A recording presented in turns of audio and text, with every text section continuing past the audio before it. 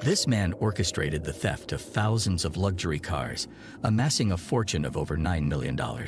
His unparalleled expertise in disguise made these high-end stolen vehicles appear completely legitimate, successfully duping even the most cautious buyers. He was the mastermind behind a vast, international car theft network. He employed the latest and most sophisticated methods to effectively erase almost every trace of his heists. So, who is this man? How did one person orchestrate such a complex and expansive operation? Stay tuned as we unravel the story of this criminal legend's identity and the secrets behind his extraordinary heist. The 1990s witnessed a significant spike in the theft of these luxury vehicles, turning it into a real crisis that threatened automotive security across America.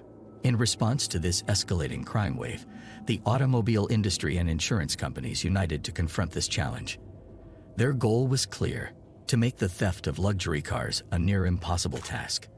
As a result, each new luxury car now comes equipped with state-of-the-art technology: computerized encrypted keys, advanced alarm systems, and engine immobilization techniques that turn the act of stealing them into a perilous venture. These stringent security measures have added an additional layer of protection, transforming every car into a fortified castle, resilient against the attempts of thieves. In the late 1990s, in Toronto, Canada, a remarkable story unfolded. Despite the era's top-notch security systems and advances in technology, one man found a way to steal hundreds of luxury cars right from the streets. This was no small feat. The local police, especially those in the car crime unit, faced the biggest challenge they'd ever seen.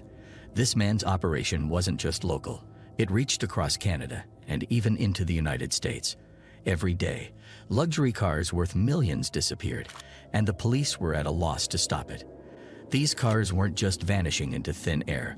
They were being shipped from Canada to places all over the world, almost impossible to trace. The method of the thefts particularly perplexed the police. The thief used real, factory-made keys, making it extremely hard for even the most experienced detectives to figure out which cars were stolen. Police estimates suggested that luxury cars worth over $5 million were being stolen and resold annually. The mastermind behind this huge operation was Bill Dhaliwal, a man of Indian origin. Bill wasn't just any thief. He was a skilled car mechanic and an expert in car bodywork. He led a big organization that was responsible for stealing, changing, and then selling these luxury cars to people around the world without anyone suspecting a thing. The police figured out that Bill was stealing more than 30 luxury cars every single day, making him a notorious figure in the world of car theft. Bill Dhaliwal ran an auto repair shop with his wife in a suburb of Toronto. But at this workshop, there was much more happening than just car repairs. Dhaliwal and his wife shared a wild ambition to amass wealth, and Bill had no problem bending the law to achieve this. After spending time in prison in the 1980s for insurance fraud, Dhaliwal emerged with a plan to outsmart the police, car dealers, and insurance companies. The first step in his cunning plan was a visit to the local scrapyard. There, Dhaliwal found a late-model BMW that had been in a severe accident, rendered useless to anyone else. He bought the wreck not because he was interested in fixing it, but because he was after something more valuable than the car itself: the vehicle identification number, VIN. The most crucial part of any vehicle. Unique to each car, the VIN is issued at the factory and stays with the car for its entire life. Once a car is crushed, the VIN is supposed to be retired. But Bill was about to give this VIN a new life. In Dhaliwal's well-planned scheme, the first step was to enlist a skilled car thief, and he knew just the man for the job: Claude Ilargi. Ilargi was famous in eastern Canada as a master car thief, known for his ability to outsmart even the most sophisticated security systems. Dhaliwal hired Ilargi to steal a specific model of BMW, one that matched the wreck he had purchased from the scrapyard. Ilargi was up for the challenge. These luxury cars were equipped with high-tech anti-theft devices, but he had the tools and skills to bypass them. Under the cover of darkness, he approached the target car. Using a specialized tool, he carefully unlocked the car, ensuring the alarm didn't sound. His next task was to disable the engine immobilizer, a tricky part of the operation. Ilargi employed a stolen diagnostic program, usually used by car dealers, to reprogram the car's computer. With a set of stolen master keys, he successfully bypassed the immobilizer and started the engine. However, as Elargi drove away, a police patrol unexpectedly appeared nearby. Remaining calm, he quickly turned into the side streets, skillfully avoiding detection. After a few tense minutes, he managed to lose the patrol and safely deliver the car to Dhaliwal. In a nondescript warehouse, Dhaliwal was ready to transform the stolen car, giving it a new identity to make it appear legitimate. Here is where the vehicle identification numbers, or VINs, played a crucial role in Dhaliwal's operation. His task was to transfer the VINs from the wrecked car to the stolen one, effectively disguising it as a used car rather than a stolen one. Dhaliwal's first step in this process was to meticulously remove all the VINs from the stolen car. The obvious ones were the VIN plate visible through the windshield and the sticker on the driver's door. But Dhaliwal was thorough. He knew there were other, hidden VINs, sometimes referred to as ghost VINs. These were intended for car crime investigators, used to identify a vehicle once the common VINs were removed. With meticulous attention to detail, Dhaliwal carefully located and removed these hidden numbers. He understood that even a single overlooked VIN could unravel his entire scheme. Each car required a thorough inspection, with Dhaliwal often spending hours to ensure no trace of the original identity remained. This meticulous process was key to Dhaliwal's success, allowing him to sell these cars as legitimate used vehicles, bypassing both law enforcement detection and potential buyer suspicion. However, after successfully erasing the stolen car's identity, he began the process of creating its perfect clone. His next step involved using a set of forged VIN stickers based on numbers from abandoned cars. To the untrained eye in the car trade world, these appeared to be just another set of VINs, which he could purchase from a forger capable of producing near-perfect replicas of what the manufacturer issued. This part of the process was relatively straightforward. Dhaliwal could buy these counterfeit VINs for a fee, along with door stickers to give the car a legitimate look and a serial number plate for the dashboard, complete with matching sprues. But Dhaliwal knew he needed to go a step further to prevent the car from being detected. In some cars, the VIN was directly engraved in the vehicle's computer, linking the computer to that specific car, not just the general markings on the vehicle. Dhaliwal managed to swap out the car's computers so that even to a dealer offering a warranty, the stolen car would appear as an exact duplicate of the real vehicle. Dhaliwal's expertise and meticulous attention to detail were remarkable. He didn't just replicate the physical aspects of the car. He dove into the very digital heart of the vehicle, ensuring that every aspect, from the visible VINs to the digital signatures within the car's computer systems, matched perfectly. This level of precision made the stolen cars nearly indistinguishable from legitimate ones, even to the most discerning eye. Now, with the car stolen and its identity expertly altered, Dhaliwal faced the next critical phase: registering the vehicle with the motor vehicle department. The challenge here was that forged VINs didn't come with corresponding documentation. So Dhaliwal had to ingeniously create fake documents to support the counterfeit VIN. With exceptional skill, Dhaliwal crafted a fictitious history for each car.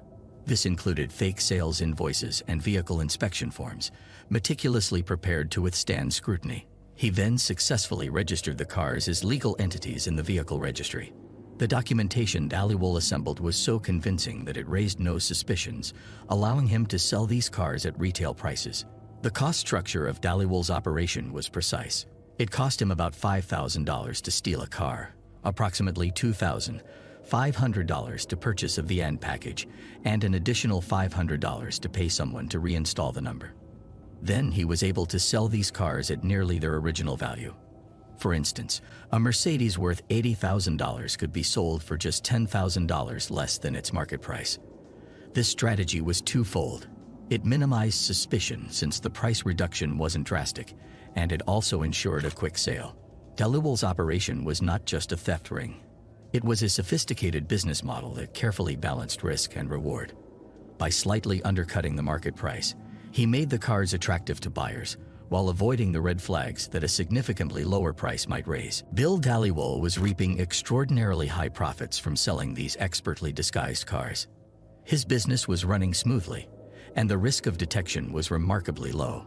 The cars were so skillfully altered that even buyers conducting thorough checks couldn't detect anything amiss. From selling just one BMW, Dhaliwal could make a profit of $70,000 net. Dhaliwal's success was so astounding that he regularly provided Ilarji with a shopping list of the types of cars he needed. However, a new problem arose. Bill could no longer find enough wrecked cars to meet the demand. Therefore, he devised a new system to acquire clean VIN numbers. Dhaliwal came up with a clever scheme. He contacted a friend who worked at a car lot in California, asking him to provide VIN numbers of specific car models for a fee, knowing that these cars would never return to Ontario. This ensured that there would not be two cars with the same VIN registered in the same place. Thus, Dhaliwal formed a team of observers at car lots and parking spaces across North America. This network enabled him to amass what he called clean VIN numbers. These numbers were from cars that were far away, reducing the risk of duplication and detection. Dhaliwal's operation had now expanded beyond just stolen and wrecked cars. He was tapping into a broader network, leveraging contacts, and creating a system that allowed him to sustain and grow his illicit business. Now, with a steady flow of VIN numbers now at his disposal, Dhaliwal and Ilarji adopted a more systematic approach to stealing the large number of cars they needed. Ilarji took on the role of a mentor, educating other professional car thieves on how to steal specific car models. He not only demonstrated the methods but also oversaw their theft operations. It was almost like running classes for car theft. Ilarji would select certain car models that were in demand, then train his team on the specific techniques required to steal these cars. These classes included lessons on bypassing advanced security systems, handling different lock mechanisms, and even strategies for avoiding detection by law enforcement. Dhaliwal's army of young thieves expanded across the city, with their first major target being Toronto's Lester Pearson International Airport. This location proved to be a goldmine for their operations, as people often left their cars parked for extended periods while traveling. In just 3 days, Ilarji and his team managed to steal 15 cars from the airport parking area, leaving no evidence for the police. Ilarji then shifted his focus to cars in downtown parking lots and private residences. With a network of offenders at his disposal, Dhaliwal reached the pinnacle of his success. He was selling cars at a rate of 6 per week and making over $150,000 in net profits. His strategy was cunning. The plan was quite simple. He would prepare a stolen car and make it clean, sell it to a customer, and then, after a few months, steal it back from the same customer. But Bill didn't stop there. He even paid insiders at car dealerships to make keys for him, allowing him to steal cars directly from the showrooms. This new tactic opened up a whole new avenue for theft, making it even easier for him to acquire vehicles. Dhaliwal's operation had become a well-oiled machine, with every aspect carefully planned and executed. His network was not just stealing cars, but was also manipulating the entire lifecycle of a vehicle for maximum profit. This level of sophistication in car theft was unprecedented, turning him into a major player in the criminal underworld, feared and respected for his ingenuity and success. He had all the resources and manpower needed to handle a vast number of cars, ensuring a steady influx of vehicles, and with it, his profits, which amounted to millions of dollars annually. However, unbeknownst to him, he had become the target of a meticulous police investigation. At the peak of his operation, Bill Dhaliwal, commanding an army of thieves, was orchestrating the theft of hundreds of luxury cars.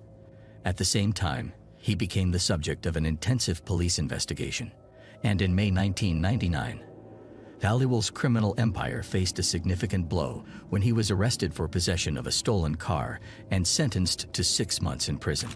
However, even prison couldn't halt his operations. He continued to run his theft ring from prison, making it evident to the police that his operation was robust enough to continue with or without his physical presence. During Dhaliwal's incarceration, his wife took an active role in managing both the auto repair shop and the car theft operations. Her involvement was a testament to the depth and reach of their criminal network. Even in Dhaliwal's absence, the business of stealing and selling cars proceeded without interruption. For years, Dhaliwal's organization had eluded the grasp of the police. Authorities were determined to catch Bill Dhaliwal on any charge, be it possession of a stolen car or selling one. But despite several accusations, Dhaliwal managed to avoid serious punishment, only being convicted of minor charges. The police were running out of patience. Dhaliwal's clever maneuvers had frustrated them for far too long. It was time for a decisive strike to dismantle the entire operation. Their strategy was to unravel the intricate details of Dhaliwal's system, its organizational structure, complexity, and network. The pivotal step in this strategic game was to infiltrate the heart of the operation with an undercover officer. This required someone who was already a part of the group and could be persuaded to cooperate with the police, introducing the undercover agent as a new member. However, finding an insider willing to cooperate initially proved challenging. Loyalty within the organization was strong, and it appeared that no one was ready to betray Dhaliwal. The authorities knew that simply arresting Dhaliwal on minor charges was not enough to stop the criminal enterprise. By penetrating the inner circle of the organization, they aimed to gather critical information that could lead to the dismantling of the entire network. In June 1999, the tide finally began to turn in favor of the police in their long-standing battle against Dhaliwal's criminal empire. One of Dhaliwal's car thieves was caught, and to avoid jail time, the police offered to strike a deal with him. They asked him to introduce an undercover officer into Dhaliwal's criminal organization as a new member. The thief eagerly accepted this opportunity. The plan was to involve a detective named Kelly, posing as an exceptionally skilled car thief. To prepare for this undercover operation, Kelly was equipped with a wiretap device, and on June 25, 1999, Kelly and the thief drove to Flagship Motors in Rexdale, a known location for Dhaliwal's operations. This moment was a significant breakthrough for the police. By infiltrating the inner workings of Dhaliwal's organization, they hoped to gather crucial evidence needed to dismantle the entire network. The decision to send in an undercover officer was a bold move, reflecting the police's determination to end the reign of one of the city's most notorious car theft rings. Detective Kelly's role was critical. He had to convincingly portray a car thief to gain the trust of Dhaliwal's group while gathering as much information as possible without arousing suspicion. The informant introduced Detective Kelly to Dhaliwal and his wife, Kuljit, leveraging Kelly's supposed expertise in car theft to impress Dhaliwal. The plan worked, and Dhaliwal invited Kelly to join his team of car thieves. For several months, Kelly worked hard to gain Dhaliwal's trust, blending into the criminal environment. Kelly was sent on numerous missions to steal cars. In one assignment, he was tasked with visiting a local car dealership where the gang planned to steal luxury cars directly from the showroom. There, Kelly met with an employee who was in cahoots with Bill. While pretending to discuss maintenance issues, the employee discreetly handed Kelly the car key, placing it on the car seat to avoid drawing attention. After acquiring the key, Kelly and the employee returned to Dhaliwal's workshop. However, upon their arrival, they were met with a surprise. One of the thieves Kelly had previously tried to recruit as an informant was present in the office. Dhaliwal then informed Kelly that this person had accused him of being a police officer, but reassured him that they had dismissed it as nonsense, confident that Kelly was not a cop. Despite this, Kelly couldn't help but feel uneasy, worried that Dhaliwal might suspect the police were onto him and could flee the city at any moment, which added a layer of tension to Kelly's undercover operation. The presence of this man who knows about Kelly within Dhaliwal's circle posed a significant risk, potentially jeopardizing the entire operation. Kelly was now in a precarious position, needing to navigate this complex web of trust and suspicion carefully to avoid blowing his cover and to ensure the success of the police investigation. Despite the lingering suspicions, Kelly excelled in his undercover role, earning Bill's trust to such an extent that Bill and his team were reluctant to believe he could be an undercover agent. However, concerns for Kelly's safety grew within the police department. They realized it was time to move forward with the final phase of their operation, dismantling Dhaliwal's criminal network. The police strategized to catch the group in the act, wanting to ensure a solid case against them. They planned a carefully orchestrated sting operation that would not only confirm the illegal activities of Dhaliwal's organization, but also ensure the safety of Detective Kelly and other officers involved. Finally, the moment arrived for the police to take decisive action against Bill Dhaliwal. The day of reckoning came, and Kelly played a crucial role in orchestrating a meeting that was supposed to culminate in the sale of a BMW and a Toyota, setting the stage for Dhaliwal's arrest. At the moment of his apprehension, Dhaliwal was caught red-handed. He was found in possession of an array of incriminating items, packages filled with VIN numbers, a computer inside the car loaded with data, a collection of forged documents, vehicle titles obtained through fraudulent means, an assortment of car keys, and a substantial sum of money tucked away in his pocket. With Dhaliwal now securely in police custody, the operation took a dramatic turn. In a clever ruse to maintain the integrity of their undercover work, the police staged the arrest of Detective Kelly. They strategically placed him in a cell next to Dhaliwal's, orchestrating a scenario where the two could covertly converse. This proximity allowed Kelly to engage Dhaliwal in dialogue, a move designed to extract further information. In the confines of the adjacent cells, Dhaliwal, the architect of the vast car theft network, unsuspectingly confided in Kelly. He began coaching him on the narrative to relay to the authorities, unaware of Kelly's true allegiance.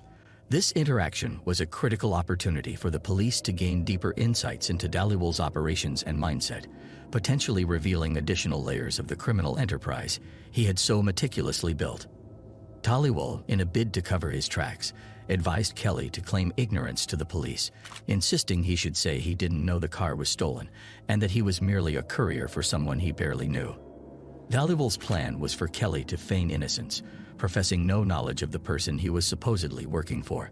However, the scenario took a dramatic turn during the recorded police interview. Kelly made his entrance, not as a fellow criminal, but in his true capacity as a police officer, accompanied by his colleagues from the police force.